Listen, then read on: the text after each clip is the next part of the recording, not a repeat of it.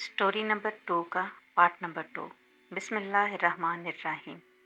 मेरा शौहर 10 दिनों के बाद आता था, 2 दिनों के लिए, लेकिन मेरा इसके साथ रवैया नहीं बदला था और मैंने कह दिया था कि हमारी शादी ज़्यादा देर तक नहीं रहेगी, इसलिए मेरे साथ तुम कुछ नहीं कर सकते। हालांकि इसने मुझे किसी भी चीज़ की कमी नहीं दी थी।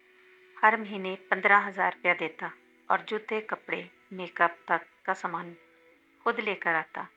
कपड़े और जूते बहुत महंगे होते, जिसकी मैं फिर भी कदर ना करती और किसी अपने दोस्त को उठा के दे देती थी। मैं घर में बोर हो रही थी तो एक दोस्त से इसका हाल पूछा, तो उसने मुझे कहा, आगे पढ़ाई शुरू कर दो, अच्छा टाइम गुजरेगा। मेरी तालीम अभी तक मैट्रिक थी। मेरे मैट्रिक में से 810 नंबर थे। मैंने मेरी सास से कहा कि मैं आगे पढ़ना चाहती हूँ, तो उन्होंने साफ इनकार कर दिया। फिर मैंने अपने शौहर पर दबाव डाला तो उन्होंने मुझे इजाज़त दे दी। इसने अपनी माँ को राज़ी कर लिया और मेरा दाखिला पंजाब कॉलेज में करवा दिया। लेकिन मेरा रवैया अपने शौहर से फिर भी तब्दील नहीं हुआ। जब भी कभी मुझे वो फ़ोन करता तो मैं इससे रूठे दिल से बात करती। हफ्ता के दिन वापसी पर वो मुझे अपने साथ लेकर आता था। कॉलेज में मेरी 2-3 लड़कियां बहुत अच्छी दोस्त बन गई थी, लेकिन वो मेरी अज़वाजी ज़िंदगी के बारे में नहीं जानती थी। और जब भी वो मुझे लेने आता तो कहती, तुम्हारा शौहर बहुत अच्छा है, कितना ख्याल रखता है तुम्हारा। ऐसे शौहर किस्मत वालों को ही मिलते हैं। और मैं कहती थी, हाँ हाँ बस ठीक है। हमारी शादी को 3 महीने हो चुके थे, लेकिन उसकी मुझसे जिनसी ताल्लुक़ कायम करने की हर कोशिश में नाकाम करती आई और मुसलसल इनकार करती आई। खैर, इसने भी कभी रोज़ ज़ोर ज़बरदस्ती करने की कोशिश नहीं की। मेरे शौहर के अपनी खाला के साथ बहुत अच्छे ताल्लुकात थे। वो भी इसे अपना बेटा मानती थी और मेरा शौहर और इसकी खाला का बेटा बहुत अच्छे दोस्त भी थे। मेरे शौहर ने पूछा, चलोगी शादी पर? मैंने कह दिया, नहीं, मैं पढ़ाई में मसरूफ़ हूँ, इसलिए मैं नहीं जा सकती, तुम चले जाओ। इसके बाद मेरी खाला का बेटा, जिससे मैं प्यार करती थी, इसने मुझे बताया कि वो भी अपनी अम्मी के साथ शादी पर आ रहा है, क्योंकि इसकी माँ और मेरी अम्मी आपस में कज़न थी। तो मैंने कहा, पहले तो नहीं आ रही थी, अब आऊँगी। इसने कहा, मैं मुंतज़िर रहूँगा आपका। तो फिर मैंने अपने शौहर को रात को फ़ोन किया और कहा, मैं भी शादी पर चलूँगी। शादी पर मैं, मेरा शौहर और मेरी सास साथ गए थे और हम 3 दिन पहले ही चले गए थे। खाला भी नहीं आई थी, वो अगले दिन आई थी। मेरी अपनी मोहब्बत से आमने सामने की मुलाकात 2.5 साल बाद हो रही थी। मैं इससे एक कमरे में मिली, हमने एक दूसरे को गले लगाया। अब हम एक दूसरे के साथ सामने रहते थे। मेरा शौहर अपनी कज़न, जो इसका दोस्त भी था, इसके साथ मसरूफ़ रहता। मेरी खाला का बेटा मुझे तन्हाई में गलत छूता रहता था। पहले तो मैं नासमझी में समझकर इग्नोर करती रही। फिर इसने मुझसे असल मांग की और कहा, अपना जिस्म दो इससे शादी करके, क्योंकि तुम्हारा शौहर तुम्हारे काबिल नहीं है। तो मैंने कहा कि मैंने अपने शौहर को अपने पास नहीं आने दिया, तो इसका ये मतलब नहीं है कि मैं तुम्हारे नीचे लेट जाऊंगी। ऐसा हरगिज़ भी मत सोचना। मैं अपने शौहर से तलाक लेकर आऊंगी, फिर हमारी शादी हो जाएगी। फिर तुम जो मर्ज़ी मेरे साथ करना। मेरी फूफो का बेटा, जो मेरे शौहर का दोस्त भी था, इसे मुझ पर शक था, क्योंकि इसने कई बार मुझे इसके साथ देखा था। खैर, शादी हो गई थी। एक दिन इसने मुझे छत पर बुलाया और मैं चली गई और काफ़ी देर तक एक दूसरे के साथ बातें करते रहे। इसने मुझे एक अंगूठी तोहफा दी और मुझे गलत तरीके से छू भी रहा था और बातें भी कर रहा था, जो कभी मेरे शौहर ने भी नहीं की थी। इसने कहा, जो हम शादी के बाद कर सकते हैं, वो पहले क्यों नहीं? तो मैंने कहा, नहीं, मैं ऐसा नहीं चाहती।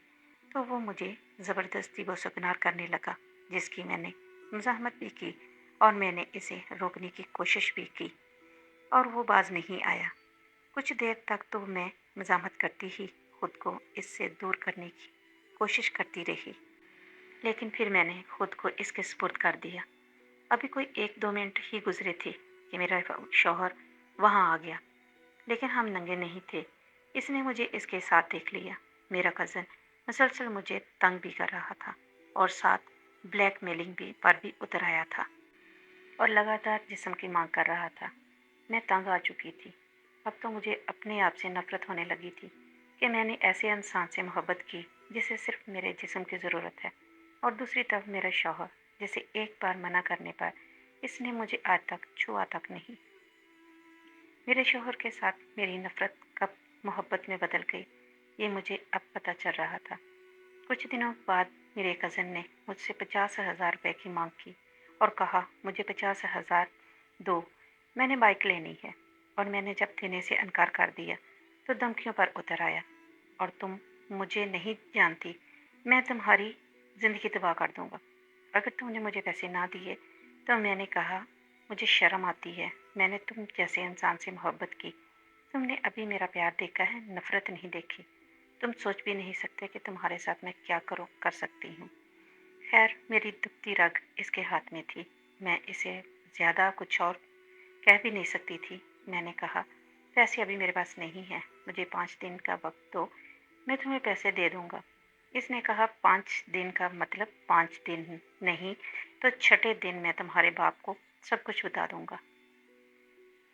मुझे मेरे कज़न से छुटकारा पाना था और इसे सबक भी सिखाना था। सोचते सोचते मेरी सारी रात गुजर गई, लेकिन समझ नहीं आ रहा था कि क्या करूं। फिर मुझे ख्याल आया, पाकिस्तान FIA ही इसका हल है, वो ही मुझे बचा सकते हैं।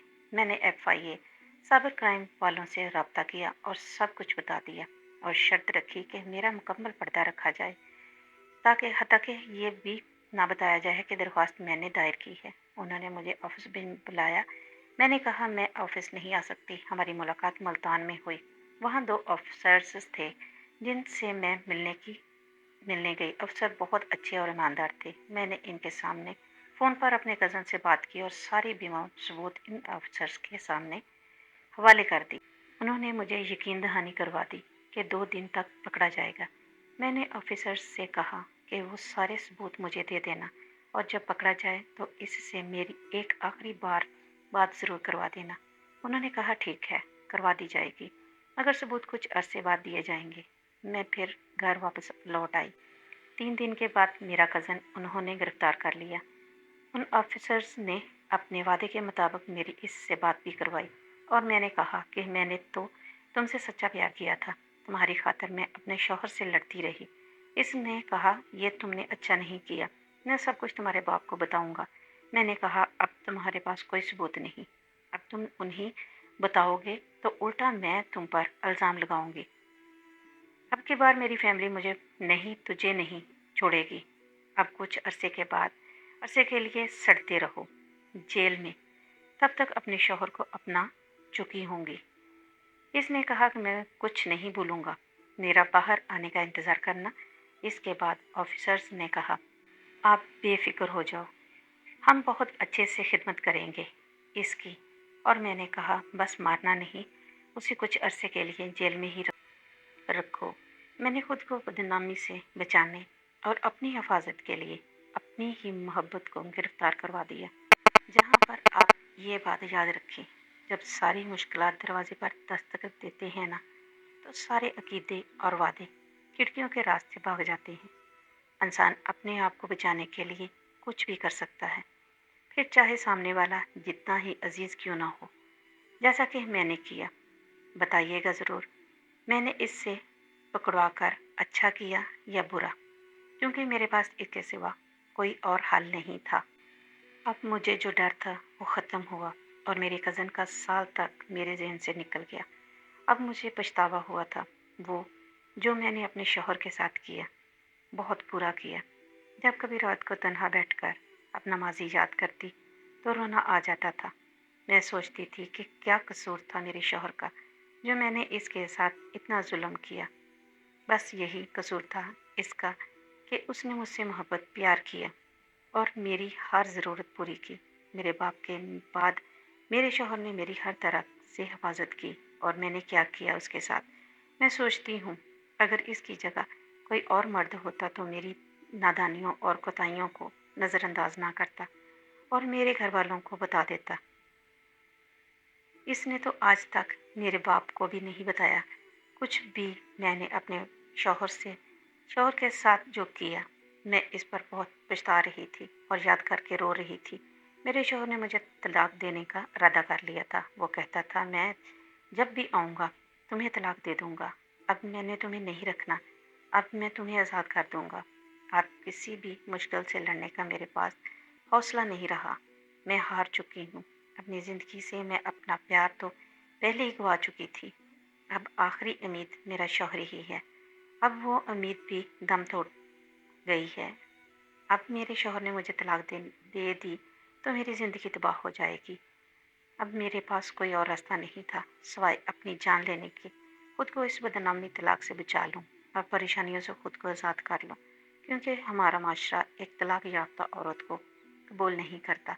जब औरत मर्द के दिल से उतर जाती है तो मर्द दोबारा इसे कबूल नहीं करना चाहता। इसके दरमियान कितनी ही मोहब्बत क्यों ना हो। उम्मीद करती हूँ कि आपको कहानी अच्छी लगी होगी। सब कमेंट्स करके लाजमी बताना कि आपको कहानी कैसी लगी। अगर मज़ीद और कहानियाँ सुनना चाहते हैं तो कमेंट्स में बताएं और मेरे चैनल को सब्सक्राइब कर लें। अल्लाह हाफ़िज़।